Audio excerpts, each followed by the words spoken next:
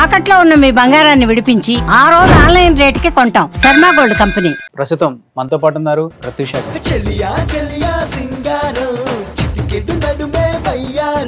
So వాళ్ళ mother పోరాటం ఆపారా, ఇంకా పోరాటం కొనసాగుతూనే ఉందా? ఫైనల్ ఆర్గ్యుమెంట్స్ అవుతున్నాయి. సిబిఐ వాళ్ళకి నోటీసులు ఇష్యూ చేశారు. ఎన్ని సంవత్సరాలు అయిపోయింది? 2011లో వేసామండి సుప్రీంకోర్టులో. 2025లో ఫైనల్ ఆర్గ్యుమెంట్స్. 14 సంవత్సరాలు. నిజంగా ఇలాంటి పోరాటం ఏ తల్లి చేయదేమో.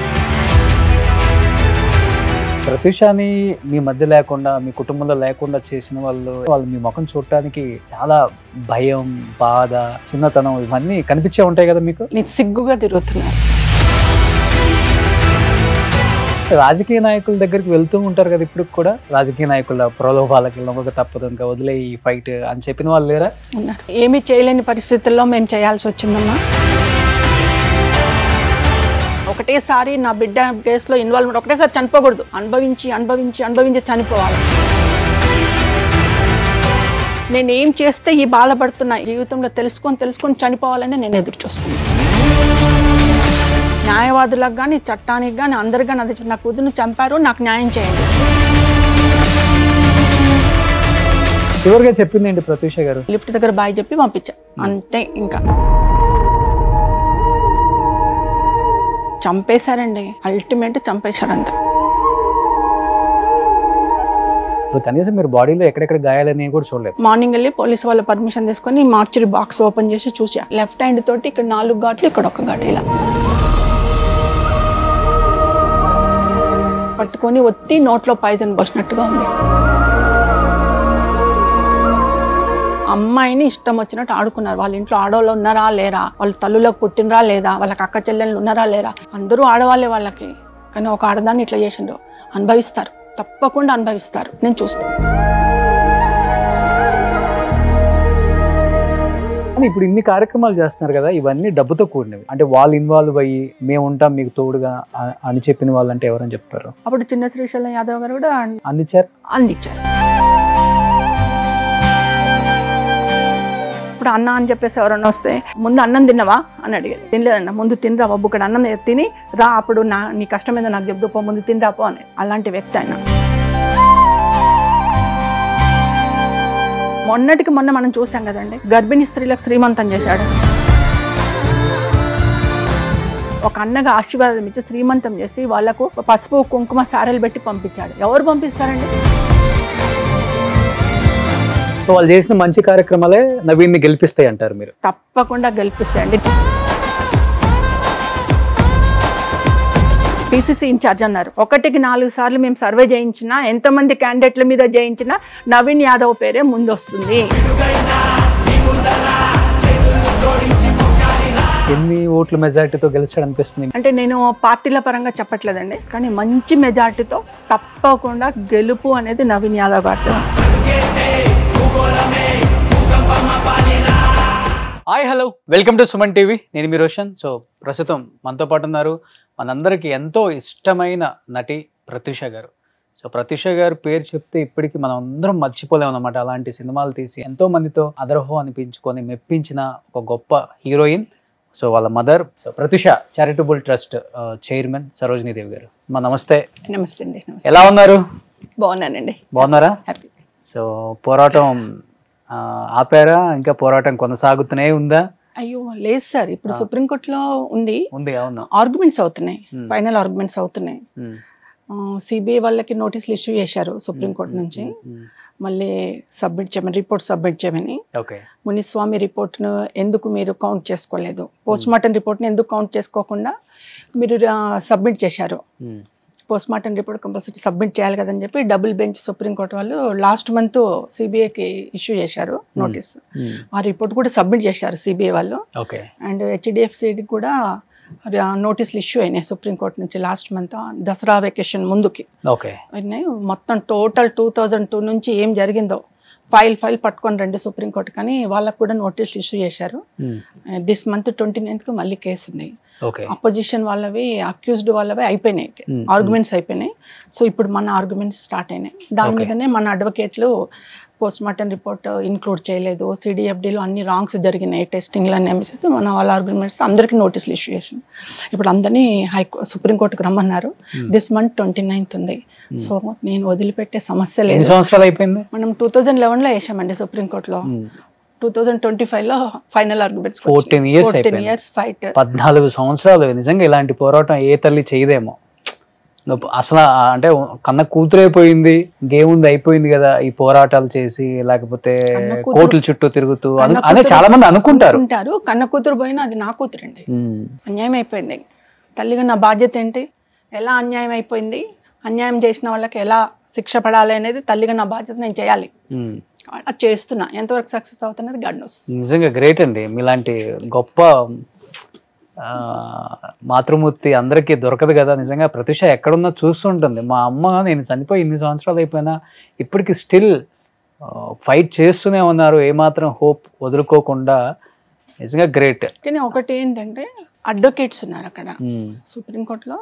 అప్పుడు పాప 11లో నేను పోరాటం చేస్తున్నది చూసిండు వాళ్ళు. చూసి దే ఆర్ కాలింగ్ మీ, అమ్మ మేము ఫైట్ చేస్తాం సుప్రీంకోర్టులో, మీరు ఓడిపోయారు కదా హైకోర్టులో, శిక్ష తగ్గించారని బాధపడుతున్నారు, మీడియాలో మేము చూసినాము, మేము పోరాటం చేస్తాం ఇక్కడ అని చెప్పేసి అక్కడ ఉన్న ఒక 2 అడ్వకేట్లు ఫార్వర్డ్ అయ్యి 11 నుంచి కొట్లాడుతున్నారు. ఇంతవరకు నా దగ్గర సింగిల్ పైసా తీసుకోలేదు వాళ్ళు. వాళ్ళే ఇప్పుడు 14 సంవత్సరాల పోరాటంలో డబ్బులు ఎవరు తీసుకోలేదా? ఆ అడ్వకేట్స్ ఎవరు తీసుకోలే ఇంతవరకు సింగిల్ పైసా తీసుకోలేదు.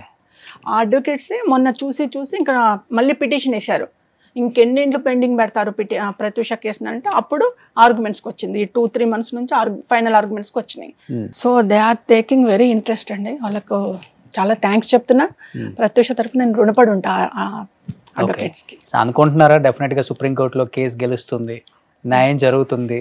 గెలవాలి అనుకుంటున్నాను. పోరాటం అయితే చేస్తాను. ఇప్పుడున్న ఈ రాజకీయాలు, ఈ రాజకీయ నాయకులు, ఈ ఇన్ఫ్లుయెన్స్ ఇవంతా చూసిన తర్వాత కూడా మీకు ఏమాత్రం హోప్ తగ్గలేదు చూడండి. అంటే గ్రేట్. అది పోరాటం అయితే చేస్తున్నాను. హైకోర్టులో అయితే న్యాయం దొరకలేదు. ఆ జడ్జి ఎక్కడ ఉన్నారో ఆయనకి ఎప్పుడు నేను కూడా ఆయనకు కూడా రుణపడి ఉంటాను. ఎందుకంటే ఆడపిల్ల అని చూడకుండా 40,000 ఇస్తున్నాను నా కుటుంబానికి. ప్రత్యూష చనిపోయింది కదా, ఆ కుటుంబానికి 40,000 ఇస్తున్నా అన్నాడు హైకోర్టులో. 40,000 మంత్ ఇస్తున్నారా? లేదు, 40,000 రూపీస్ అంతే ఇస్తున్నానంటే అప్పుడు నేను అక్కడే ఉన్నాను, కోర్టు హాల్లోనే ఉన్నాను. లేచి చెప్పాను, సార్ నేను 1 నిమిషం మాట్లాడతాను, పర్మిషన్ ఇవ్వండి అంటే చెప్పండి అమ్మన్నారు. నాకు 40,000 వద్దు సార్, ప్రత్యూషలాగా ఆ చివరి అంచు వరకు వచ్చి బతికిన వాళ్ళ అమ్మాయిలు ఎంతోమంది ఉన్నారు. ప్రత్యూష చనిపోయింది కానీ అలా బతికి బాధపడుతున్న వాళ్ళ కుటుంబాలకు ఇవ్వండి, మా పాప పేరు మీద 40,000 రూపీస్. నాకు వద్దు సార్, మీరు చాలా పెద్ద హృదయంతో 40,000 ఇస్తున్నారు, చాలా థ్యాంక్స్ సార్ అని చెప్పాను జడ్జి గారికి. కామైపోయారు ఆయన. కానీ ప్రత్యూషని అంటే మీ మధ్య లేకుండా, మీ కుటుంబంలో లేకుండా చేసిన వాళ్ళు ఎక్కడో కోర్టులోనో బయటో ఎక్కడో వాళ్ళకి సంబంధించిన వాళ్ళు, వాళ్ళ తల్లిదండ్రులు తారసపడే ఉంటాం. డెఫినెట్గా మీరు కూడా ఎక్కువ యాక్టివ్గా తిరుగుతుంటారు. పొలిటికల్ జర్నీ ఉంది, ఇటు పక్కన సోషల్ సర్వీస్ ఉంది. అది చూసినప్పుడు కనీసం వాళ్ళు మీ ముఖం చూడటానికి చాలా భయం, బాధ, లేకపోతే చిన్నతనం ఇవన్నీ కనిపించే ఉంటాయి కదా మీకు? సిగ్గుగా తిరుగుతున్నారు. ఆ బాధ, భయం ఏమి లేదు, ఇవన్నీ కామన్ మాకు సొసైటీలో అన్నట్టు సిగ్గుగా తిరుగుతున్నారు. అవునా? ఓకే. నమస్కారం అంటే మా బాగున్నావా అనుకుంటూ పోతున్నారు. వాళ్ళు నమస్కారం కూడా పెడుతున్నారు. మీరు వెళ్తూ ఉంటే ఇలా నమస్కారం అంటే ఏమా బాగున్నావా అనుకుంటూ పోతున్నారు. నిస్సిగ్గుగా తిరుగుతున్నారు. అంటే వాళ్ళ కుటుంబంలో జరగలేదు కదండి ఇన్సిడెంట్, నా కుటుంబంలో జరిగింది. నాకు బాధ, అమ్మాయిని పోగొట్టుకున్న కుటుంబాలకు బాధ. అవును. కానీ ఆ అమ్మాయిలను పోగొట్టిన వాళ్ళకి ఏం బాధ అండి? వాళ్ళకి ఎంతో మంది నిస్సిగ్గుగా బతుకుతున్నారు సొసైటీలో. కానీ రాజకీయ నాయకుల దగ్గరికి వెళ్తూ ఉంటారు కదా ఇప్పుడు కూడా, ఇంకా చాలా ఫైట్ చేసావు, ఇంతే ఉంటుంది, మేము కొన్ని వాటికి లొంగక తప్పదు, అంటే రాజకీయ నాయకుల ప్రలోభాలకి లొంగక తప్పదు, ఇంకా వదిలే ఈ ఫైట్ అని చెప్పిన వాళ్ళు లేరా? గొప్ప వాళ్ళే చెప్పుంటారు కదా. అంటే ఏమీ చేయలేని పరిస్థితుల్లో మేము చేయాల్సి వచ్చిందమ్మా, క్షమించమ్మా, ఒక తల్లిగా మమ్మల్ని క్షమించన్న వాళ్ళు కూడా ఉన్నారు. ఆ టైంకి మా చేతిలో ఏమీ లేదు, ఆర్డర్స్ వచ్చినాయి, చేసినాం, చేయకూడదు కానీ చేసినాం, తల్లి మమ్మల్ని క్షమించమ్మా అన్న వాళ్ళు కూడా ఉన్నారు. ఓకే. ఈ కేసులో ఇన్వాల్వ్ అయిన వాళ్ళు ఉంటుంది, డెఫినెట్గా ఉంటుంది ఆ బాధ. ఎంత గొప్పోడికైనా ఏదో ఒక రోజు రియలైజేషన్ ఉంటుంది కదా. ఎవరైనా మనిషే కదండి, అంతే కదా. మానవత్వం అంటే ఎక్కడైతే మృగతత్వం ఉంటుందో అక్కడ మానవత్వం కూడా ఉంటుంది. ఒకసారి కాకపోతే ఒకసారి దాన్ని డామినేట్ చేసి మానవత్వం బయటకొస్తుంది, వచ్చింది కూడా. ఓకే. నిజంగా కొంతమంది మనుషులను చూసినప్పుడు అనిపిస్తుంది జీవితంలో పోరాడి పోరాడి పోరాడి అలసిపోయిన తల్లి తండ్రి అంటుంటాం, కానీ మీరు జీవితం అంతా పోరాటం చేస్తూనే ఉన్నారు, ఇంకా అలుపైతే రాలా. అంటే నేను చూడండి, అంటే నేను ఒకటే పెట్టుకున్నా, నా కూతురు చూడండి నేను చూడాలి, చూస్తున్నా కూడా. పేర్లు అప్రస్తుతం ఇక్కడ. చట్టపరంగా అనుభవించని వాళ్ళు దేవుడి ప్లేస్ లో అనుభవిస్తున్నారు, దేవుడు ఇచ్చే పనిష్మెంట్ అనుభవిస్తున్నారు. ఓకే. చట్టపరంగా నేను పనిష్మెంట్ తేలేకపోతున్నాను, ఎందుకంటే నా దగ్గర అంత డబ్బు లేదు, అంత అధికారం లేదు, కాబట్టి నేను ఏం చేయలేకపోతున్నా. చట్టంలో కూడా అవే ఇన్వాల్వ్ అవుతున్నాయి. ఓకే. సో నేను ఏం చేయలేకపోతున్నా. కానీ దేవుడు అనేవాడు ఉన్నాడు. మీకు ఇప్పటికి చాలాసార్లు చెప్పాను, దేవుడు అనేవాడు ఉన్నాడు, పనిష్మెంట్ ఇస్తున్నాడు, అనుభవిస్తున్నాడు. నేను కూడా అదే అనుకుంటున్నాను. ఒకటేసారి నా బిడ్డ కేసులో ఇన్వాల్వ్మెంట్ ఒకటేసారి చనిపోకూడదు, అనుభవించి అనుభవించి అనుభవించి చనిపోవాలి. ఎందుకంటే వాళ్ళకి అది రెక్టిఫై కావాలి. నేను ఏం చేస్తే ఈ బాధపడుతున్నా, ఈ మానవ శరీరంతో ఇంతగా బాధపడుతున్నా అనేది వాళ్ళ జీవితంలో తెలుసుకొని చనిపోవాలని నేను ఎదురు చూస్తున్నాను. అది చూసే ఆడియన్స్ వ్యూవర్స్ ఎవరన్నా ఈమె ఇంత కచ్చగా మాట్లాడుతుంది అనుకోవచ్చు, కానీ నా బాధ, నా మానసిక వేదన వాళ్ళకి తెలిస్తే వాళ్ళు అనుభవిస్తే వాళ్ళకి కూడా ఇట్లాగే వస్తుంది, ఇట్లాంటి కక్షనే వస్తుంది. అదే కక్షతో చెప్తున్నా. వ్యూయర్స్ ఫస్ట్ నుంచి కూడా మీరంటే మంచి అభిమానం. ఒక తల్లి పోరాటం చూస్తుంటే నిజంగా ఇలాంటి తల్లి కూడా ఉంటుందా సొసైటీలో, ఇలాంటి తల్లిదండ్రులు ఉంటే నిజంగా పిల్లలకి నిజంగానే న్యాయం జరుగుతుంది, వాళ్ళు మన మధ్య ఉన్నా లేకపోయినా అని చెప్పేసి వాళ్ళు ఎప్పుడు కూడా మీకు సపోర్టే. లాస్ట్ టైం అప్పుడప్పుడు నేను అమ్మకు ప్రేమతో చేసినప్పుడు కూడా 100లో 99 కామెంట్స్ అన్ని పాజిటివ్. గ్రేట్ అమ్మ తల్లి, ఇలాంటి దాన్ని మేము ఎక్కడ చూడలేదు, పుస్తకాల్లో చదవటమే కానీ సినిమాలలో చూడటమే కానీ ఈ పోరాటాల గురించి. మేబీ ఆ బ్లడ్లోనే ఉంటుంది పోరాటం అనేది. జీవితంలో పోరాటం భయంకరంగా చేసింది ప్రతిష కూడా, చివరి క్షణం వరకు. అంటే ఒక హోప్, బతుకుతాను అనేది దేవుడు. కానీ మీరు చిన్నప్పుడు అంటే మీరు ఈ పోరాటం చూస్తుంటే తను చిన్నప్పుడు పెంచిన విధానం గుర్తొస్తుంటుంది అందరికి. తను మాకు చిన్నప్పుడే ఇంట్లో మా హస్బెండ్ వెళ్ళాడండి, అందుకని తన రెస్పాన్సిబిలిటీ తీసుకునేది చిన్నప్పటి నుంచి. తన అంటే మమ్మీకి నేనే సపోర్ట్, ఇంటికి పెద్దదాన్ని నేను, మమ్మీకి నేనే సపోర్ట్, డాడీ లేడు, సపోర్ట్ నేనే ఉండాలని ఒక ఎయిమ్ తోటి, ఒక రెస్పాన్సిబిలిటీ తోటి పెరిగిన అమ్మాయి. కుటుంబానికి బాధ్యత నేనే, మమ్మీని పట్టుకొని ముందరికెళ్ళేది నేనే, తమ్ముడు చిన్నోడు అని ఒక బాధ్యతతోటి పెరిగిన అమ్మాయి. కానీ ఇప్పటికి కూడా ఐ కాంట్ ఎక్స్పెక్ట్ అమ్మాయి చనిపోయింది అని అంటే తన వల్ల చనిపోలే, చంపేశారు. ఇప్పుడు కూడా అదే చెప్తున్నా, కోర్టులో ఉన్నా అది కంటెంప్ట్ ఆఫ్ కోర్ట్ అవుద్దా కాదా ఐ డోంట్ నో, బట్ చంపేశారు. ఇప్పుడు కూడా నేను అదే వర్డ్ మీద స్టిక్ అనే ఉన్నా. నాకు న్యాయం దొరుకుతుందా దొరకదా సెకండరీ, కానీ న్యాయవాదులకు కానీ చట్టానికి కానీ అందరికి కానీ అదే, నా కూతురుని చంపారు, నాకు న్యాయం చేయండి ఓకే అని నేను ఇప్పటికీ అదే కోరుతున్నా. ఎంత ఉంటుంది ఏజ్ చనిపోయేందుకు ప్రత్యూష గారికి? 19 years ఉంటుంది అంతే. ఎట్లా చాలా ఎంగ్లో వచ్చేసింది సినిమా? 16 yearsగా వచ్చేసింది. ఇంటర్ సెకండ్ ఇయర్లోనే వచ్చేసింది. ఫస్ట్ ఇయర్ అయిపోయి సెకండ్ ఇయర్ స్టార్టింగ్లోనే రాయుడుకి వచ్చేసింది. కానీ 3 yearsలో రూల్ చేశారండి. 3 yearsలో ఇన్ని సినిమాలు చేయొచ్చు, ఇంత పెద్ద సూపర్ హిట్ చేయొచ్చు. వన్ డే 1 minute కూడా వేస్ట్ చేసుకోలేదు తను. 19 years. చివరిగా చెప్పింది ఏంటి ప్రత్యూష గారు? ఎట్లనో మీకు కూడా తెలుసు ఇంకా బతకదని, తన పొజిషన్ చూసి. అంటే నేను మాట్లాడలేదు చివరిలో, నేను మాట్లాడలే అమ్మాయిని. మార్నింగ్ 4 o'clock ఇంట్లో నుంచి బ్యూటీ పార్లర్కి వెళ్ళిందే లాస్ట్. ఓకే. లిఫ్ట్ దగ్గరికి వెళ్ళి బాయ్ చెప్పిన, తొందరగా రండి అమ్మా, రేపు ఎర్లీ మార్నింగ్ బెంగళూరుకి వెళ్ళాలా, లేట్ చేయొద్దు, ఓపెనింగ్కి మూవీ ఓపెనింగ్కి వెళ్ళాలి, తొందర రండి అని చెప్పి మా అన్నయ్య కూతుర్ని తనని పంపించాను. లిఫ్ట్ దగ్గర బాయ్ చెప్పి పంపించాను అంతే. ఇంకా నేను మళ్ళీ ఏం మాట్లాడాలి? హాస్పిటల్లో నన్ను మా బాబుని మాట్లాడించే పరిస్థితి లేవు కదా. పాప అక్కడ ఉంటే నన్ను ఇంత దూరం నిలబెట్టారు. అక్కడ నుంచే రాజకీయం మొదలైంది, అక్కడ నుంచే మొత్తం రాజకీయం అంతా మ్యానిపులేట్ అక్కడ నుంచే మొదలైంది. నాకు తర్వాత తెలిసింది అక్కడ నుంచి మొదలైందా మ్యానిపులేట్ రాజకీయం అంతా. ఓకే. అంటే పాపతో మాట్లాడితే నిజం వస్తుంది బయటకని. పాప కాన్షియస్ లో ఉన్నారండి? ఉందా లేదా కూడా తెలియదండి, దగ్గరికి పోనీలేదు కదా, అంత దూరం నిలబెట్టి అదిగో ట్రీట్మెంట్ జరుగుతుంది ఇక్కడ నుంచే చూడండి అన్నారు ఐసీయూలో. గ్లాస్ డోర్లో నుంచి లేదు, అంత దూరం మన స్ట్రెచ్చర్ మీద పడుకొని ఉంది బెడ్ మీద, మమ్మల్ని ఒక 8 అడుగుల దూరంలో నిలబెట్టారు. అసలు ఒక్కరోజు కూడా మీరు పాపను టచ్ చేయలేదా? పోనీలే దగ్గరికి. మాస్క్ పెట్టారు, పైన అన్ని ఎక్విప్మెంట్స్ పెట్టారు, ఎయిర్ మాస్క్ పెట్టారు, మొత్తం ఇక్కడ దాకా గ్రీన్ కలర్ క్లాత్ కంపారు, కళ్ళు మూసుకొని పడుకున్నాను. చనిపోయిందా బతికిందా ఏం తెలియదు. ట్రీట్మెంట్ చేస్తూనే ఉన్నారు చనిపోయినా కానీ? చేస్తున్నాము అంటున్నారు, ట్రీట్మెంట్ జరుగుతుంది, మీరు దూరంగా ఉండండి, దగ్గర పోవద్దు అంటారు డాక్టర్స్. 2 డాక్టర్స్ ఉన్నారు అప్పుడు మేము లోపలికి వెళ్ళాం. ఓకే, వెళ్ళొద్దమ్మా మీరు ఇక్కడ నుంచే చూడండి. ఒక 2 minutes అంతా మేము లోపల ఉంది, తర్వాత బయటకు పంపించాం. అదే లాస్ట్ మేము చూడండి. ఇంకా మళ్ళీ ఎవ్రీడే వస్తూనే ఉంటారు హాస్పిటల్కి? నెక్స్ట్ డే మార్నింగ్ చనిపోయింది. జరిగిందా నెక్స్ట్ డేనే? నెక్స్ట్ డే మార్నింగ్ 10 o'clock చనిపోయిందని చెప్పారు. ఓకే, ఒక నైట్ ఉంది హాస్పిటల్ అంతే. అంతే.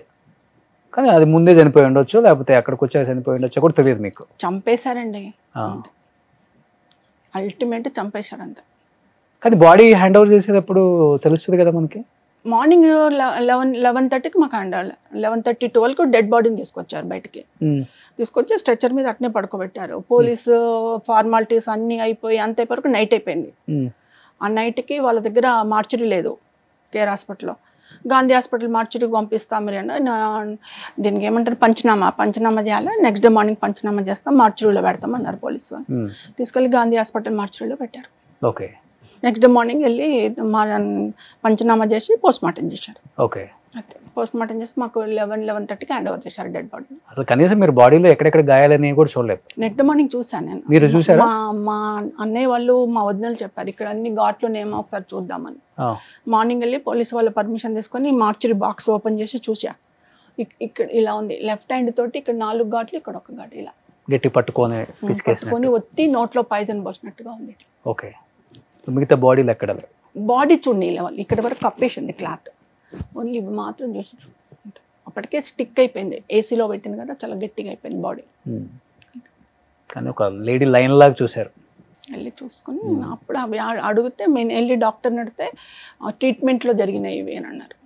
శరత్ చంద్ర డాక్టర్ అని ఉన్నాడు, ఆయన ఇన్ఛార్జ్గా ఉండే ఈ కేసుకి. ఆయన అడిగితే మేము ట్రీట్మెంట్ భాగంలో క్లిప్స్ పెట్టాము ఇక్కడ అని. అంటే క్లిప్స్ ఈడ 4 ఎట్లుంటాయి, ఈడ 1 ఎట్లుంటుంది సార్ అని కూడా అడిగా. క్లిప్స్ ఉంటే ఈడ 2 ఉంటాయి, ఈడ 2 ఉంటాయి. కానీ ఈడ తంబు ఇంప్రెషన్ ఉంది, ఈడ 4 ఫింగర్స్ ఇంప్రెషన్ ఉంది. ఎలా ఉందంటే కూడా they are not giving correct answers sir.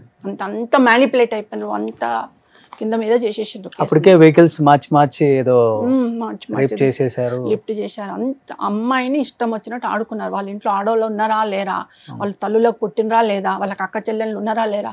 ఇప్పుడు పెళ్లిళ్ళు చేసుకొని భార్యలు ఉంటారు, పెళ్లిళ్ళు చేసుకొని ఉంటారు, బిడ్డలు కూడా కని ఉంటారు. అందరూ ఆడవాళ్ళే వాళ్ళకి.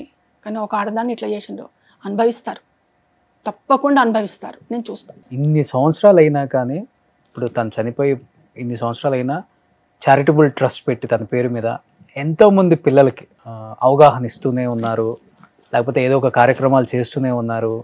ఎక్కడ కూడా ఇది ఖర్చు అవుతుంది ఎట్లా ఎందుకు అని కూడా మీకు అనిపించలేదు? ఎందుకు చేయాలనిపించింది?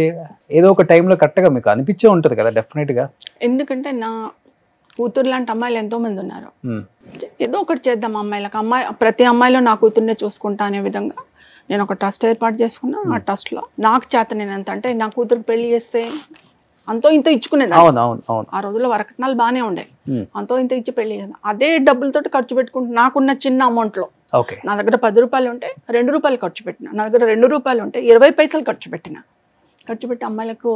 ఆ రోజుల్లో నేను ఒక 2 మిషనరీలు పెట్టుకొని స్టార్ట్ చేసి నిరంతరంగా ఒక 50,000 మంది గర్ల్స్ వరకు ట్రైనింగ్స్ ఇచ్చాను. 50,000 మంది గర్ల్స్ వరకు ట్రైనింగ్స్ ఇప్పటి వరకు 50,000 ఒక 15 మంది గర్ల్స్ తోటి 50,000 మంది గర్ల్స్ వరకు ఇచ్చుకుంటారు. కానీ అప్పటికి పాపకు పెళ్లి చేయాలని చూసారా? అంటే అమౌంట్ ఏదో తీసి పెట్టి ఉంచుతారు, ప్లాన్స్ ఉంటాయి కదా మీవి, గోల్డ్ క్యాష్ ఇవన్నీ. అప్పటికి నేను స్కూల్ టీచర్ అండి, మా హస్బెండ్ చనిపోయారు. Depend on me total family. పాప చిన్నపిల్ల, బాబు ఇంకా చిన్నోడు. అప్పటికి మేమేమి పాప కోసం ఇంత ఎర్నింగ్ అని కాదు, నా ఒక్క థాట్స్ అన్నట్టు. అమ్మాయి బతికుంటే పెళ్లి చేసేదాన్ని, అదే ఖర్చు ఆడపిల్లలకు పెడదాం. నాకున్నది ఒకటే కొడుకు, ఉన్న దానితో కొద్దిగంత ఖర్చు పెట్టుకుంటూ మనం ఏందో సోషల్ వర్క్ చేస్తాం. కొంతమంది ఆడపిల్లలకు చేస్తే నా పాప ఆత్మ శాంతిస్తుంది, నాకు కొద్దిగా మెంటల్ సాటిస్ఫాక్షన్ ఉంటుందనే ఉద్దేశంతో నేను పెట్టుకుంటూ ఆ పాప సంపాదించిన దాంట్లో నుంచే పెట్టుకుంటూ వచ్చాను. ఓకే, అలా పెట్టుకుంటూ కొద్దిగా ట్రస్ట్ను డెవలప్ చేసుకుంటూ కొన్ని ప్రాజెక్టులు, గవర్నమెంట్ ప్రాజెక్ట్స్ తీసుకొని అలా girls only women empowerment, needy people, needy గర్ల్స్కి మాత్రమే సాయం చేయాలి. Only this is only for women trust. ఇది ఓకే, ఉమెన్ ట్రస్ట్ పెట్టుకొని పాప పేరు మీద ట్రస్ట్ చేసుకుంటూ వస్తున్నాను. అందులో భాగంగానే అనేక కార్యక్రమాలు. ఎక్కువ NGOs తో మీరు టైప్ అయి ఉంటారు కదా? టైప్ ఏం లేదు, నా ఓన్ ఓన్ మొత్తం ఖర్చు అంతా మీ సొంత ఖర్చు? నేనే పెట్టుకునేది. ఇంకెవరన్నా పెద్దవాళ్ళు ఎవరన్నా ఉంటే ఏదైనా ప్రోగ్రామ్ చేశామనుకోండి, ఒక పెద్ద ప్రోగ్రామ్ చేసిన, ఒక పెద్ద మెడికల్ క్యాంప్ పెట్టిన ఉమెన్కి గైనిక్ ప్రాబ్లమ్స్ కానీ, హార్ట్ ప్రాబ్లమ్స్ కానీ, బ్రెస్ట్ క్యాన్సర్ ప్రాబ్లమ్స్ కానీ, ఇలాంటివి ఏమైనా పెద్ద మెడికల్ క్యాంప్స్ పెట్టినాం అనుకోండి, పెట్టినప్పుడు లోకల్లో ఉన్న ఇన్ఫ్లుయెన్స్ ఉన్న పీపుల్ని వ్యక్తులను అడిగేది. లేకపోతే ఇంకా ఇంటీరియల్కి వెళ్ళినాం అనుకోండి, అక్కడ సర్పంచులు ఉంటారు, ఎంపీడీఓలు ఉంటారు, ఇలా ఉంటారు, వాళ్ళ దగ్గరికి వెళ్ళి సండే రోజు పెట్టేది. మోస్ట్లీ నేను సండే పెట్టుకునేది. ఇంటీరియల్కి వెళ్తే సండే రోజు ఒక హై స్కూల్ హెడ్ మాస్టర్ని అడిగి హై స్కూల్ తీసుకునేది. లోకల్ సర్పంచ్ వాళ్ళు వీళ్ళు ఉంటే ఫెసిలిటీస్, వాటర్ ఫెసిలిటీ అది ఇది తీసుకునేది. ఫుడ్, రిమైనింగ్ హాస్పిటల్స్ ఉంటాయి. ఇప్పుడు మనకు ఎన్నో హాస్పిటల్స్ ఉన్నాయి. గాంధీ హాస్పిటల్ ఉంది, ఆయుర్వేదిక్ హాస్పిటల్ ఉంది, ఇలా హాస్పిటల్ కొన్ని ప్రైవేట్ హాస్పిటల్స్, మెడినోవర్ ఉంది, అలా హాస్పిటల్స్కి వెళ్ళి మెడికల్ క్యాంప్కి కావాల్సిన డాక్టర్స్ని తీసుకునేది. వాళ్ళని అడిగేది, పలానా డేట్స్ ఫిక్స్ చేసుకుందాం, మీరు ఎప్పుడు ఇస్తే అప్పుడు డేట్స్. అందులో కొంతమందికి మనం ఏ డిసీజ్కి అయితే మేము క్యాంప్ పెడతాం ఆ డిసీజ్కి సంబంధించిన డాక్టర్స్ ఒక 4-5 అవైలబుల్ వచ్చేవాళ్ళు. కొన్ని ట్యాబ్లెట్స్ మెడిసిన్ కంపెనీస్కి వెళ్ళేది. మెడిసిన్ కంపెనీకి వెళ్ళి ఇది ఉంది, వాళ్ళు కొన్ని ప్రిస్క్రిప్షన్స్ ఇచ్చేవాళ్ళు డాక్టర్స్. నాకు ఆ ప్రిస్క్రిప్షన్స్ ఉన్న మెడిసిన్స్ కంపెనీస్ నుంచి తీసుకునేది డొనేషన్గా. తీసుకుని ఆ మెడిసిన్స్ అన్ని తీసుకొచ్చి మళ్ళీ డాక్టర్కి చూపించి చెక్ చేయించేసుకొని అక్కడ డిస్ట్రిబ్యూట్ చేయించేది. సూపర్. కానీ వెళ్ళిన ప్రతి చోట ప్రత్యూష చారిటబుల్ ట్రస్ట్ అని పెట్టగానే డెఫినెట్గా ప్రత్యూష గారి ఫోటో ఉంటుంది కదా, అందరూ గుర్తు చేసుకుంటుంటారు కదా, ఈ అమ్మాయిని ట్రస్ట్ అంటారు. ఎక్కడ సినిమాల్లో చూసాము అని చెప్పేసి పాత వాళ్ళు కూడా రీకలెక్ట్ చేసుకుంటారు కదా. అంటే ప్రత్యూష చారిటబుల్ ట్రస్ట్ అని ఎవరు ఎలా ఉంటుంది? ప్రత్యూష చారిటబుల్ ట్రస్ట్ అని ఎవరు అనరు, ప్రత్యూష అక్క ట్రస్ట్ అంటారు ఊర్లలో. అక్క ట్రస్ట్ పోతున్నాము, అక్క ట్రస్ట్ పోతున్నాము అంటే. ఎక్కడ నేర్చుకున్నావు టైలరింగ్ అంటే ప్రత్యూష అక్క ట్రస్ట్ లో నేర్చుకున్నాము, ఇగో మాకు సర్టిఫికేట్ అంటారు. నేను సర్టిఫికేట్స్ కూడా డిస్ట్రిబ్యూట్ చేస్తాను ట్రస్ట్ నుంచి. అంటే వాళ్ళు నేర్చుకున్నది ఎలా తెలవాలి, శోధ సర్టిఫికేట్ ఎక్కడ నేర్చుకున్నాడు, పలానా ప్రత్యూష చారిటబుల్ ట్రస్ట్ లో ట్రైనింగ్ చేసిన అని చెప్పేసి సర్టిఫికేట్స్ కూడా ఇచ్చేవాళ్ళం మేము. కానీ తను బతుకుంటే ఎన్ని సేవా కార్యక్రమాలు చేసేదో తను సంపాదించిన దాంట్లో. తనకు చాలా ఇష్టం. అంటే తను షూటింగ్లో ఉన్నప్పుడు తను వాడిన చెప్పులు అవి ఉంటే తీసుకొచ్చేసి మా ఇంట్లో పనమ్మాయికి లేకపోతే ఇంకెవరైనా పనం వాళ్ళంటే తీసుకురా, అప్పుడు నా చెప్పులన్నీ ఇచ్చేస్తాను, డ్రెస్సులన్నీ ఇచ్చేస్తాను అని చెప్పి ఇచ్చేసేది. అర్థమైంది. పట్టుకొచ్చేసి ఇచ్చేసేది, అందరికి దానం చేసేసేది. అక్కడ ఉంటే వేస్ట్ అయిపోతాయి మమ్మీ, ఎక్కడో పడేస్తారు, తీసుకుపోయి మన సంతోష్కి వాళ్ళకి వీళ్ళకి ఇచ్చేది, అందరికి ఇచ్చేవాళ్ళు. చాలా కార్యక్రమాలు చేసేవాళ్ళు అసలు. చాలా అంటే only for girls, women girls. కానీ ఇప్పుడు సెంట్రల్ గవర్నమెంట్ ప్రాజెక్ట్స్ ఉన్నాయి. FCC ఫ్యామిలీ కౌన్సిలింగ్ సెంటర్ కూడా మెయింటైన్ చేశా. Nearly hundreds of families set చేశా. కానీ ఎప్పుడన్నా అనిపిస్తుంది మహానటి సినిమా చూసినప్పుడు ప్రత్యూష ఒకవేళ అప్పుడు ఆ సినిమా తీసుకుంటే ప్రత్యూషని హీరోయిన్ గా తీసుకునే వాళ్ళు ఆ సినిమా కనిపించింది. ఆమెకుండే అలానే ఉంటది. 1-2 ఆమెకు మంచి క్యారెక్టర్లు చేయాలని ఉండే. ఆమెలో ఊహ చేసిన క్యారెక్టర్ ఒకటి ఉండే ఆమెకు. ఎప్పుడైనా వస్తే మమ్మీ నేను ఇలాంటి క్యారెక్టర్ నేను ఎప్పుడైనా సరే ఊహ మేడం లాగా చేయాలి నేను. శ్రీదేవిది ఒకటి ఉండింది, కమల్ హాసన్ ఉంటారు అందులో, ఆ క్యారెక్టర్ ఒకటి. ఈ 2 క్యారెక్టర్లు చాలా ఇంట్రెస్టెడ్ గా ఉండేది. ఈ 2 క్యారెక్టర్లు ఎప్పటికైనా సరే నేను మంచి హీరోయిన్ అయిన తర్వాత ముందు ఈ 2 క్యారెక్టర్లు చేస్తాను. ఎక్కువ ఏ హీరోయిన్ ఇష్టపడతారా? శ్రీదేవి గారు. ఎప్పుడైనా ఖాళీగా ఉంటే మొబైల్ ఇలా మిర్రర్ పెట్టేసుకొని ఒక రూమ్లో మిర్రర్ పెట్టించేసిన, ఒక చైర్ తీసుకుపోయి వేసేసుకొని ఆ మిర్రర్లో చూసుకుంటూ శ్రీదేవి ఆహభావాలు చేస్తూ ఉండేది. మొబైల్లో చూసుకునేది ఇలా చేసేది, మొబైల్లో చూసుకునేది ఇలా చేసుకునేది. సూపర్. కానీ ఇప్పుడు ఇన్ని కార్యక్రమాలు చేస్తున్నారు కదా, ఇవన్నీ డబ్బుతో కూడినవి. ఇప్పుడు మీ దగ్గర ఉన్న ఫండ్తో చేయాలంటే చాలా చాలా కష్టం. మీరు చెప్పినట్టుగా చాలా మంది హెల్ప్ కూడా అవసరం, ముఖ్యంగా పొలిటీషియన్స్ లేకపోతే కొంచెం బిజినెస్ అలాంటి వాళ్ళది చాలా ఇంపార్టెంట్. ఇప్పుడు హైదరాబాద్లో కూడా మీరు ఎక్కువ చేస్తుంటారు కాబట్టి ఎక్కువ అంటే మీరు చేస్తున్నారు, మా వాటితో టైప్ అవుదాం లేకపోతే మీ వాటికి మా సపోర్ట్ కావాలంటే ఇస్తామని చాలామంది చెప్తూనే ఉంటారు కదా. చాలామంది బిజినెస్ వాళ్ళు చేస్తున్నారు. అలా ముందుకు వచ్చి అంటే వాళ్ళు ఇన్వాల్వ్ అయ్యి మేము ఉంటాం మీకు తోడుగా అని చెప్పిన వాళ్ళంటే ఎవరని చెప్తారు? నా వరకు నేను కొన్ని ఫిలిం ప్రోగ్రామ్స్ కూడా చేశాను. అంటే ప్రత్యూష చారిటబుల్ ట్రస్ట్ అవార్డ్స్ కూడా చేశాను. స్మాల్ స్క్రీన్ చేశాను, బిగ్ స్క్రీన్ చేశాను. ఇప్పుడు చేస్తున్నారా? ఒక 4-5 years నుంచి ఆపాను. అంతకుముందు బాగా చేశాను. ఎవ్రీ 2 yearsకి ఒకసారి ఇచ్చాను. అప్పుడు దానికి చీఫ్ గెస్ట్ అంటే గెస్ట్లుగా చాలా మంది వచ్చేవాళ్ళు. రాజేంద్ర ప్రసాద్ గారు వచ్చిండ్రు, జగపత్ బాబు గారు వచ్చిండ్రు, మళ్ళీ ఉదయ్ భాను వచ్చింది, ఝాన్సీ గారు వచ్చారు, చాలా మంది వచ్చారు. అంటే నేను పిలిచిన వాళ్ళందరూ ఎవరు ఆపకుండా అందరూ వచ్చారు. కాంతారావు గారికి ఇచ్చాను, గీతాంజలి గారికి ఇచ్చాను అవార్డు, అందరినీ పిలిచాను. అందులో భాగంగా పొలిటీషియన్స్ అంటే నేను ఎక్కువ పొలిటీషియన్స్ ఇన్వైట్ చేయకపోయేది. బట్ ఆర్ కృష్ణయ్య గారు వచ్చారు. అప్పుడు ఆర్ కృష్ణయ్య గారు నేను ఏ ప్రోగ్రామ్ పిలిచినా వచ్చారు. తెలియని కోపం ఉంటుంది కదా పొలిటీషియన్స్ మీద మీకు? అలా అని కాదు, ట్రస్ట్ అంటే ఒక ఎన్జిఓ, ఓకే, వై ఇన్వాల్వ్డ్ అన్నట్టుగా. నేను ఏమైనా సినీ ఫీల్డ్ మేము ఒక అంటే నేను ఇప్పటికీ చాలా గ్రేట్గా పిలుచుకుంటాను. ఈరోజు మా కుటుంబానికి పేరు ఉంది అని అంటే సినిమా. నేను ఇంతవరకు గర్వంగా చెప్పుకున్నది నేను ఒక సినిమా కుటుంబం, మాది ఒక సినిమా కుటుంబం. నేను ఇప్పుడు కూడా అదే గర్వంగా చెప్పుకుంటా. మేము ఒక ఫిలిం కుటుంబం, అందరము కలిసి ఉండాలి, అందరికీ ఒకరికి మ్యూచువల్గా ఒకరికొకరు రెస్పెక్ట్ తీసుకోవాలనే భావంతో ఉంటాను నేను. అదే మంచితనంతో ఈరోజు ఫీల్డ్లో కూడా నేను అదే మంచితనంతో మూవ్ అవుతున్నా. అందులో భాగంగా నేను ఎవరు పిలిచినా వస్తారు, గెస్ట్గా వస్తారు. ఇప్పుడు సంఘాల నుంచి అంటే ఆర్ కృష్ణయ్య గారు నేను ఎక్కువ ఇన్వైట్ చేసుకునేది, ఆయన వచ్చారు. అందులో భాగంగా హైదరాబాద్లో కొంతమంది వెల్ నోటెడ్ ఇలా మాలాగా సోషల్ వర్క్ చేసేవాళ్ళు, మాలాగా పబ్లిక్లో మింగిల్ అయ్యి పబ్లిక్ సాయం అందించేవాళ్ళు, పబ్లిక్ అందుబాటులో ఉండేవాళ్ళని కూడా నేను పిలిచాను. అందులో ఇప్పుడు ప్రజెంట్ జూబ్లీ హిల్స్ క్యాండిడేట్కి ఉన్న వాళ్ళ తండ్రి నవీన్ యాదవ్ గారు తండ్రి గారు చిన్న శ్రీశ్యామ్ యాదవ్ గారిని కూడా ఇన్వైట్ చేసిన. వాళ్ళు అనేక కార్యక్రమాలు చేస్తుంటే కూడా నన్ను కూడా పిలిచారు, నేను కూడా వెళ్ళిన. 2002 పాప చనిపోయిన తర్వాత నేను అనేక మందితో మిగిలాను. అప్పుడు మనకు కంబైన్డ్ ఏపీ ఉండే. నేను ఒక తెలంగాణ అనకుండా రామచంద్రాపురం, కాకినాడ, గుంటూరు, విజయవాడ, ఇటు అనంతపూర్, రాజమండ్రి ఇవన్నీ తిరిగాను సోషల్ యాక్టివిటీస్లో.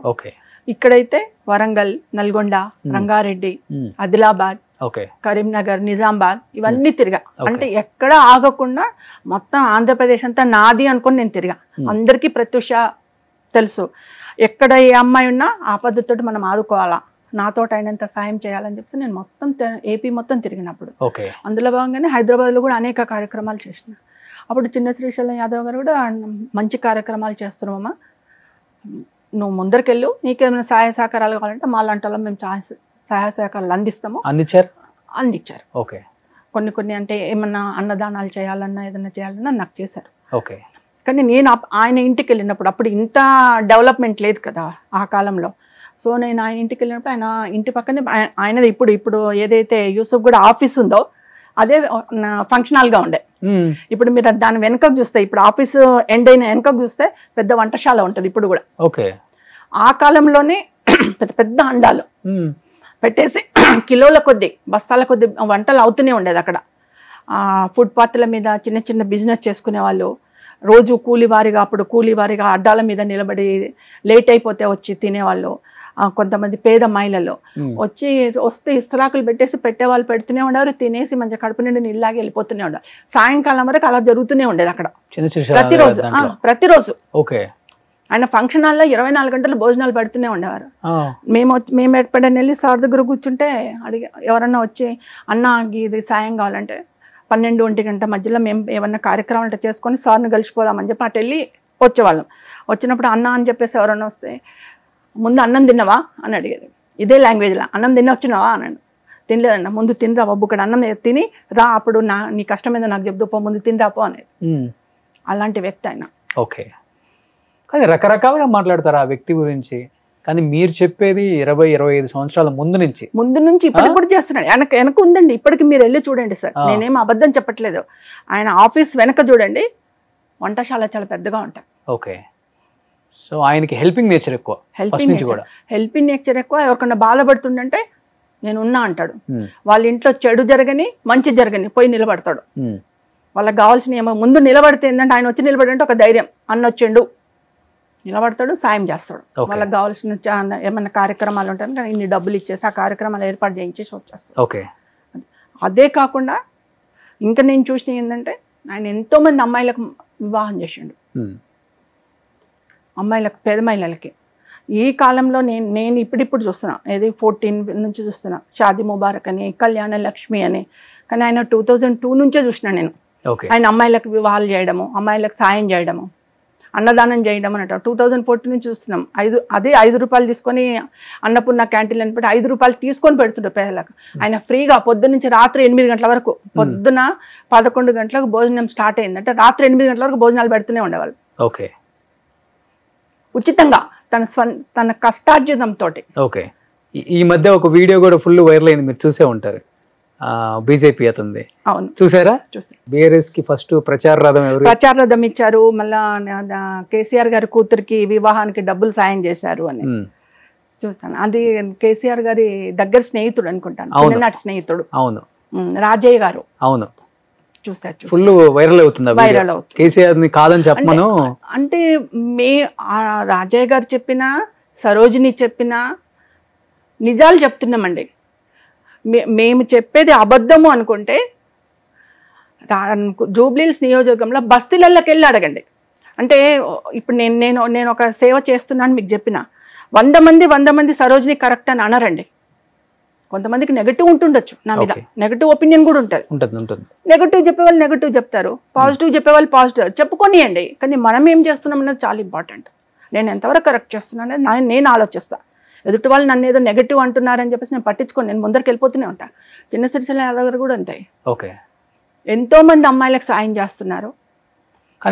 బాగా ట్రోల్ చేస్తున్నారు. ఒక రౌడీ షీటర్ కొడుక్కి టికెట్ ఇచ్చారు, వీళ్ళని గెలిపిస్తే రేపు ఏమవుతుంది కావాలని భయపించటం. కొంతమంది 100 మంది 1000 మంది విద్యార్థులకు ఆయన ఫీజులు కడుతున్నాడు, పేద విద్యాలను చదివిపిస్తున్నాడు, వాళ్ళకి యూనిఫామ్లు ఇస్తున్నాడు, బుక్స్ ఇస్తున్నాడు. ఈ రోజు కూడా వాళ్ళ కుమారుడు నవీన్ యాదవ్తో కలిసి ఇస్తున్నాడు. ఎంతో మందికి ప్రైవేట్ స్కూల్ వాళ్ళు వచ్చేసి అన్న కొద్దిగా రూములు సరిపోతలేవన్నంటే రూములు కట్టిస్తున్నాడు, స్కూళ్ళలో ఫెసిలిటీస్ లేవన్నంటే ఇన్ఫ్రాస్ట్రక్చర్ చేపిస్తున్నాడు స్కూళ్ళలో. ఇంకేం కావాలండి? ఒక వ్యక్తి ప్రభుత్వంతో పోటీ పడకుండా నేను స్వంతంగా ప్రజలకు అందుబాటులో ఉంటాను అని చెప్పేసి సేవ చేసే వ్యక్తులను ఏమన్నా మనం. ఇంకొకటి ఆశ్చర్యపోవాల్సిందంటే నేను ఆ కాలంలో చూసింది ఏంటంటే ఎంతో మందికి పేదలకి ఇళ్ల పట్టాలు ఇప్పించాడండి. ఇది చాలా గొప్ప విషయం. అధికారులతో పోట్లాడి ప్రభుత్వంతో పోట్లాడి తన మీద కేసులు పడ్డా సరే పట్టించుకోకుండా ఎంతో మంది పేదవాళ్ళకి ఇళ్ల పట్టాలు ఇప్పించి ఇంటి నీడ లేని వాళ్ళకు, గూడు లేని వాళ్ళకు, నీడ లేని వాళ్ళకు, ఇంట్లో ఉంటే తిండి తిన్నా తినకపోయినా మీ ఇంట్లో మీరు పడి ఉంటారని చెప్పేసి వాళ్ళకి ఇండ్లు కట్టిపించాడు, పట్టాలు ఇప్పించాడు, ఇళ్ల పట్టాలు ఇప్పించాడు. బీఆర్ఎస్ లో ఉన్నారు కదా మీరు కూడా అప్పుడు? ఉన్నాను. ఏ పార్టీలో ఉన్నా ఉన్నది ఉన్నట్టు చెప్పడమే ధర్మము. ఏ పార్టీకి అఫిలియేటెడ్గా చెప్పట్లేదు. నేను ఒక కుటుంబం గురించి, ఒక కుటుంబంలో జరిగిన సేవా కార్యక్రమాల గురించి, ఒక కుటుంబంలో జరిగిన పేదవాళ్ళకు అందుబాటులో ఉన్న విషయం చెప్తున్నాను. అంతే. అవే క్వాలిటీస్ నవీన్ యాదవ్ మొత్తం వచ్చేసి ఇవన్నీ చేసుకుంటూ వస్తే ఆయన ఇంకా 2-3 అడుగుల ముందేసాడండి. స్టెప్స్ తండ్రి కంటే ఒక 3 స్టెప్పులు ముందుకున్నాడు. ఇదెంత మనం ఫ్రీగా చేస్తే కుదరదు నాన్న, నేను ఒక ఎన్జిఓని స్థాపిస్తా అని చెప్పి నవయువ నిర్మాణం అని చెప్పి ఒక ఎన్జిఓని స్థాపించుకున్నాడు. మాలాగనే స్టార్ట్ చేసుకొని దాని నుంచి ఇంకా ముమ్మరంగా చేస్తున్నాడు. ఆయన స్పోర్ట్స్లో టాలెంట్ ఉన్న స్పోర్ట్స్లో ఉన్న విద్యార్థులకి మీరు వెళ్ళండి, మీరు సక్సెస్ కాండి స్పోర్ట్స్లో అని చెప్పి వాళ్ళకి ఏ టాలెంట్కి కావాల్సిన ఏ ఫెసిలిటీ అయినా ఇప్పిస్తున్నాడు. సింగింగ్ పాటలు నేర్చుకునే వాళ్ళకి, జానపద కళాకారులకి, ఇతరత్ర కళాకారులకి అందరు కూడా వాళ్ళ టాలెంట్లను డెవలప్ చేసుకోవడానికి, వాళ్ళ డిపార్ట్మెంట్లో వాళ్ళ విభాగాల్లో వాళ్ళు అభివృద్ధి చెందడానికి ఎన్నో విధాల సహాయ సహకారాలు నేను కళ్ళతో చూసా. మొన్నటికి మొన్న మనం చూసాం కదండి, గర్భిణీ స్త్రీలకు శ్రీమంతం చేశాడు. అవునా? ఎన్ని వేల మందికి శ్రీమంతం చేశాడు. ఒక అన్న, ఒక తల్లిగా, ఒక అన్నగా, ఒక తండ్రిగా మంచి పండంటి బిడ్డలను కనండి అని చెప్పి ఒక అన్నగా ఆశీర్వాదం ఇచ్చి శ్రీమంతం చేసి వాళ్లకు పసుపు కుంకుమ సారెలు పెట్టి పంపించాడు. ఎవరు పంపిస్తారండి? ఒక తోబుట్టు పంపిస్తారు. అవి ఒక తోబుట్టు లాగా పంపించాడు. దాన్ని బట్టే మనం అతని మనసును అర్థం చేసుకోవచ్చు, ఆ వ్యక్తి ఏంటిదన్నది అర్థం చేసుకోవచ్చు. అవును, అదే వాళ్ళతో ట్రావెల్ చేశారు కాబట్టి మీరు అంతా చూశారు కాబట్టి 20-25 ఇయర్స్ జర్నీ. అవే కాకుండా ఎప్పటి నుంచోనండి పండగలు వస్తాయి. రంజాన్ పండుగ వచ్చింది అనుకోండి, ముస్లిం పేదవాళ్ళ నుంచి తోఫాలు ఇచ్చేవాడు. శ్రీశైలం దగ్గర ప్యాకెట్లు అందించేవాడు. ఇప్పుడు కొడుకు కూడా అందిస్తున్నాడు ప్యాకెట్లు. రంజాన్ వస్తాయి, సేమ్ తండ్రిని పునికి పుచ్చుకొని అదే వారసత్వాన్ని ఆయన కంటిన్యూ చేస్తున్నాడు సేవలు. ఇది క్రిస్మస్ వచ్చింది, గిఫ్ట్లు ఇచ్చాడు పేదవాళ్ళకి. క్రిస్మస్కి మన హిందూ పండుగలు వచ్చినాయి. హిందూ పండుగలు వస్తే వాళ్ళకి వినాయక చవితి వస్తే మంటపాలు కట్టించేవాడు, వినాయకులను పిలిపించేవాడు. అన్న కార్యక్రమాలు 11 రోజులు చేసుకోవాలి కదన్నా, డబ్బులు అని అంటే డబ్బులు ఇస్తాడు. దీపావళి దసరా వస్తే ఎన్నో ఉత్సవాలు చేపిస్తారు, ఎన్నో తోఫాలు ఇస్తారు. హిందువులకు కూడా ఎన్నో గిఫ్ట్లు ఇచ్చి పంపిస్తారు. ఇవన్నీ ఏంటండి, శ్రావణ మాసం వచ్చిందంటే ప్రతి శ్రావణ మాసంలో పసుపు కుంకుమ సారి అని చెప్పి ఆడపిల్లలకి ఎంతో మందికి పెడతారు. వాళ్ళు చీరలు ఇచ్చి పంపిస్తారు. మొన్న రాఖీ పౌర్ణమి వచ్చింది. రాఖీ పౌర్ణమి రోజు నేను చూసా 2000-3000 చీరలు తెప్పించి పెట్టి వచ్చిన ఆడపిల్లకల్లా ఇస్తున్నాడు. చిన్న శ్రీశైలం మీద గారు వచ్చినాక, అరే ఈ చీర తీసుకురారా అమ్మాయి వచ్చింది ఇచ్చేసేయి, అరే చీర తీసుకురారా అమ్మాయి, అట్లా ఇవన్నీ అంటే బయటికి కనిపించవు జనానికి, కనపడవు. బయట మాట్లాడేది నిజం అనుకుని బయట జనాలకు తెలుసండి ఈ రూమర్స్ చేసేది, ఆ రూమర్స్ ఫేక్ షేర్స్ చేసేది, ఫేక్ లైకులు చేసేది ఎవరండి? ఎవరికి లాభం ఇవన్నీ చేస్తే? ప్రతిపక్షాలకు లాభం.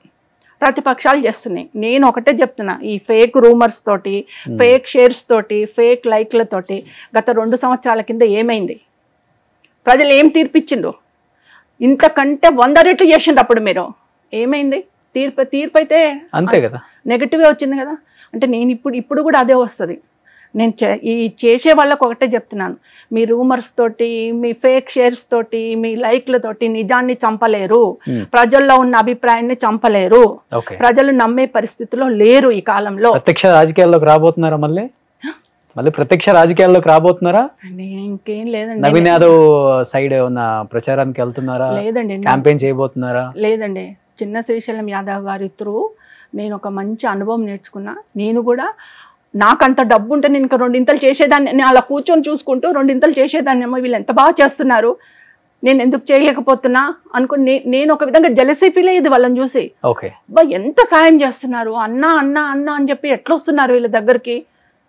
అది నేర్చుకుని ఈ రోజు నేను నన్ను అమ్మ అమ్మ అనిపించుకుంటున్నాను వాళ్ళని చూసి. సో వాళ్ళు చేసిన మంచి కార్యక్రమాలే నవీన్ని గెలిపిస్తాయి అంటారు మీరు? తప్పకుండా గెలిపిస్తాయండి. నేను చాలా చూస్తున్నాను సోషల్ మీడియాలో కూడా అందరు నవీన్ అన్న అని ఎందుకంటున్నారంటే యూత్ గర్ల్స్, ఎంతమంది గర్ల్స్ పెడుతున్నారు, ఎంతమంది బాయ్స్ నవీన్ అన్న ఎందుకంటుందండి? మీరు చెప్పండి. ఇప్పుడు అందుబాటులో ఉంటాడు నవీన్ అన్నాను ఎందుకంటున్నారు? అంటే నేను కూడా చూసింది కళ్ళతో కొన్ని అందుబాటులో ఉంటాడు అందరికి. పిల్లలు కడుపు నిండా అన్న అని పిలుచుకుంటున్నారు. నవీన్ అన్న గెలుస్తాడు, అన్న నవీన్ అన్న అని అంటున్నారు. ఎందుకంటున్నారు అంటే ఆయన వాళ్ళకి అందుబాటులో ఉన్నాడు. కష్టం వస్తే నేనున్న చెల్లె అంటున్నాడు, కష్టం వస్తే నేనున్న అక్క అంటున్నాడు, కష్టం వస్తే నేను వస్తున్న పాతమ్మి, నేను 5 నిమిషాలు నేను వస్తున్న పాతమ్మి నీ ఇంటి దగ్గరికి అంటున్నాడు. అది ప్రజల్లో ఉన్నాడు. కాంగ్రెస్ గవర్నమెంట్ కూడా చెప్పారు వాళ్ళు, నేను విన్నాను, 1కి 4 సార్లు మేము సర్వే చేయించుకున్నా నవీన్ యాదవ్ పేరే వస్తుంది జూబ్లీహిల్స్ లో. అంతే, కాంగ్రెస్ సర్వే చేయించిన తర్వాత టికెట్లు ఎవరు అక్కడ పిసిసి ఇన్ఛార్జ్ అన్నారు, 1కి 4 సార్లు మేము సర్వే చేయించినా, ఎంతమంది క్యాండిడేట్ల మీద చేయించినా నవీన్ యాదవ్ పేరే ముందు వస్తుంది. ఎందుకు వస్తుందండి నవీన్ యాదవ్ పేరే ఎందుకు రాలేదు? వేరే వాళ్ళ పేర్లు. ఆయన ప్రజలకు అందుబాటులో ఉన్నాడు. తండ్రి కాలం నుంచి 2002 కంటే ముందు నుంచి, నాకు తెలవక ముందు నుంచి చేస్తున్నారేమో ఇది, నాకు తెలిసినప్పటి నుంచి సంగతి చెప్తున్నారు. అప్పటి నుంచి సేవా కార్యక్రమాలు చేస్తున్నారు, ప్రజలకు అందుబాటులో ఉన్నారు. తండ్రి కొడుకులు అందరూ కూడా ఆ కుటుంబం ప్రజలకు అందుబాటులో ఉంటుంది. నేను ఇంకొకటి అంటున్నాను, నేను ఎవరి పేరు ఎవరి పేరు అన్నాను. ఇప్పుడు ఏదేదో సోషల్ నెట్వర్క్లో పెడుతున్నారు, సోషల్ మీడియాలో పెడుతున్నారు. పెద్ద పెద్ద లీడర్లు ఉన్నారు, వాళ్ళ గత చరిత్రలు ఏంటిది? మీరు రాజకీయంలోకి రాకముందుకు మీ చరిత్ర ఏంటిది? 1 ఏళ్ళు ఎదుటి వాళ్ళని పెట్టి చూపిస్తే 3 ఏళ్ళు మనం చూపిస్తాయంట. వాట్ యూ అంటుంటాయంట ఇవి 3. యూ అంటే వాట్ యూ అంటే అంట. అవునా? మీరు తెలుసుకోండి, మీ గత చరిత్ర తెలుసుకొని మాట్లాడండి. ఒకళ్ళ మీద ఎందుకు బురద చల్లుతున్నారు? ముందు మీ మీద మరి బురద చల్లుకోండి, మీ గత చరిత్రను చూసుకొని బురద చల్లుకున్న తర్వాత ఇంకొకళ్ళు అనండి. ఇఫ్ యు ఆర్ కరెక్ట్, ఎదుటి వాళ్ళు నన్ను ఎన్ని ఓట్ల మెజారిటీతో గెలిచాడు అనిపిస్తుంది మీరు వెళ్ళి అంటే నేను పార్టీల పరంగా చెప్పట్లేదండి, కానీ మంచి మెజార్టీతో తప్పకుండా గెలుపు అనేది నవీన్ యాదవ్ గారితో ఉంటుంది. నేను ఇప్పుడు నియోజకవర్గ ప్రజలకు కూడా చెప్తున్నాను.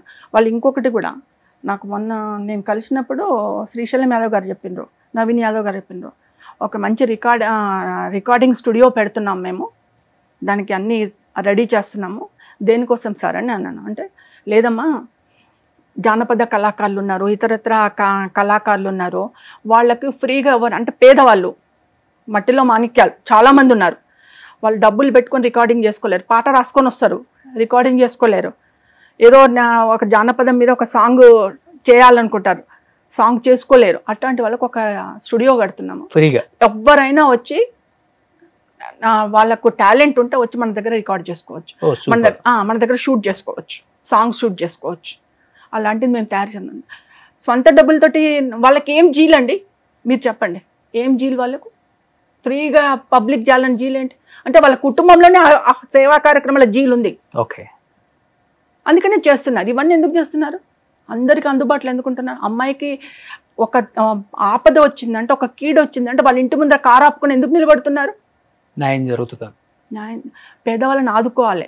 ఒకప్పుడు మనం ఈ పరిస్థితిలో ఉంటే మనం డెవలప్ అయినాం, దేవుడు మనకు సాయం చేసిండు, సాయం చేసిన దాంట్లో 10% పేదవాళ్ళకి సాయం చేద్దాం, మనకు పుణ్యం వస్తుంది అని చెప్పేసి ఆ ఉద్దేశంతో వాళ్ళు మింగిలయ్యి ప్రజల్లో, బస్తీలలో, వాడలలో మింగిలయ్యి వెళ్తున్నారు. అందుకని అందరూ ఈరోజు నవీన్ అన్న అంటున్నారు, శ్రీశైలం అన్న అంటున్నారు. ఏంటి నెక్స్ట్ మీ ఎజెండా ఏంటి ఫ్యూచర్? రాజకీయాల్లోకి రావాలనే, లేకపోతే నా ఇలానే ఎన్జిఓస్ తోటి అయిపోయి ఇంకా మంచి హెల్ప్ చేద్దాం? నా ఎజెండా ఒకటేనండి, నా ఒక సింగిల్ కోరిక ఉంది. అది ఎప్పటికీ సక్సెస్ అవుతాను ఐ డోంట్ నో, బట్ నేను ఒక మంచి ప్రత్యూష చారిటబుల్ ట్రస్ట్ని శాశ్వతంగా బిల్డప్ చేసుకోవాలా. కొంతమంది అమ్మాయిలను నా దగ్గర పెట్టుకొని వాళ్ళని తీర్చిదిద్దాల. వాళ్ళు ఎందులో వెళ్తామంటే అందులోకి వెళ్ళి వాళ్ళకు సొసైటీ నుంచి రక్షణ కల్పించాలని నేను. ఓకే. వాళ్ళు వెళ్ళే మార్గంలో ఎలాంటి ప్రాబ్లమ్స్ రాకుండా, ఎలాంటి ఆబ్లిగేషన్స్ రాకుండా నేను వాళ్ళకి రక్షణ కల్పించి కొంతమంది అమ్మాయిలను తయారు చేసుకోవాలని ఉంది నాదొక పాప పేరు మీద. అదొకటి. సెకండ్ కోరిక, నా కొడుకును ఎక్కడైతే నేను పూలు అమ్ముకునే ప్లేస్లో నష్టపోయి మళ్ళీ వెనక్కి వచ్చానో అక్కడే మళ్ళీ పూలతోటి అమ్ముకోవాలి, నా కొడుకుని నిలబెట్టాలని చెప్పి హీరోని చేద్దామని చెప్పి చాలా కష్టపడుతున్నాను. బట్ గాడ్ కూడా నాకు అవకాశం. ఇండస్ట్రీలో పెద్దలను కలుస్తున్నారా? బాబు నిజంగానే హీరో లాగా ఉంటాడు. ఆల్రెడీ కలుస్తున్నాము. బట్ మేమే ఓన్గా చేసుకోవాలా అనుకుంటున్నాను. ఇంకా అవకాశాల కోసం ఎదురు చూడకుండా ముందు నేనే ఎంటర్ చేపిద్దాం బాబుని అని చెప్పేసి ఆ ప్రయత్నంలో ఉన్నాను. అందులో ఒకటి సక్సెస్ కావాలి. ఈ 2 కోరికలు నాకు. కానీ రాజకీయము అది ఇది ఇప్పటివరకైతే నేను ఏం అనుకోలేదు, అది తర్వాత గండోస్. సూపర్. ఈ 2 జరగాలని మనస్ఫూర్తిగా కోరుకుంటున్నాను. Thank you so much. ఇంకొకటి చెప్తున్నాను, చెప్పండి. ఒక చిన్న ఏంటంటే, ఇప్పుడు నేను వచ్చిన స్టూడియోకి వచ్చిన పర్పస్ ఏంటంటే, నియోజకవర్గ ప్రజలకి, జూబ్లీహిల్స్ నియోజకవర్గ ప్రజలకి నేను చెప్పేది ఏంటంటే, ఎన్నికలు వస్తాయి. ఇప్పుడు వచ్చిన ఎన్నికలు మళ్ళీ 3 సంవత్సరాలతో ఎన్నికలు వస్తాయి, మళ్ళీ 5 సంవత్సరాల తర్వాత కూడా ఎన్నికలు. అంటే ఇది నిరంతర ప్రక్రియ. ఎన్నికలు వస్తూనే ఉంటాయి, పోతూనే ఉంటాయి. దానికి మీరు ఆపలేరు, నేను ఆపలేను. రాజ్యాంగ పరంగా వచ్చే ప్రక్రియ. కానీ మనం ఎన్నుకునే నాయకుడు ఎవరు, ఎలాంటి వాళ్ళని ఎన్నుకోవాలా, ఆ వ్యక్తి మనని ఎంతవరకు ఆదుకుంటుండు, భవిష్యత్తులో మనని ఎంతవరకు ఆదుకుంటాడు, మన బతుకులను ఎలా బాగు చేస్తాడు, మనకి ఎప్పుడు ఏ రాత్రి ఏ పగలైనా ఎలా అందుబాటులో ఉంటాడు, మన నియోజకవర్గాన్ని ఎవరు అభివృద్ధి చేస్తారు, అంటే గతంలో చూడలేని అభివృద్ధిని ఇక ముందు మనం సంతోషపడేలా చేసే అభివృద్ధిని ఎవరు చేస్తారు, బాగా ఆలోచించండి అమ్మా. మీకు అందుబాటులో ఉన్న వ్యక్తిని, మీకు ప్రజలలో ఉన్న వ్యక్తిని, మీ కష్టాలలో నేను వచ్చి ఉన్నాను అని నిలబడే వ్యక్తిని ఎన్నుకోనండి, నాయకుడిగా గెలిపించుకోండి, నియోజకవర్గాన్ని అభివృద్ధి చేసుకోండి, మీ బతుకులను కూడా బాగు చేసుకోండి అని చెప్పేసి తెలియజేస్తున్నాను. Thank you. సుమన్ టీవీలో మీ పర్సనల్ అండ్ బిజినెస్ ప్రమోషన్స్ కోసం కింది నెంబర్కి కాంటాక్ట్ చేయండి.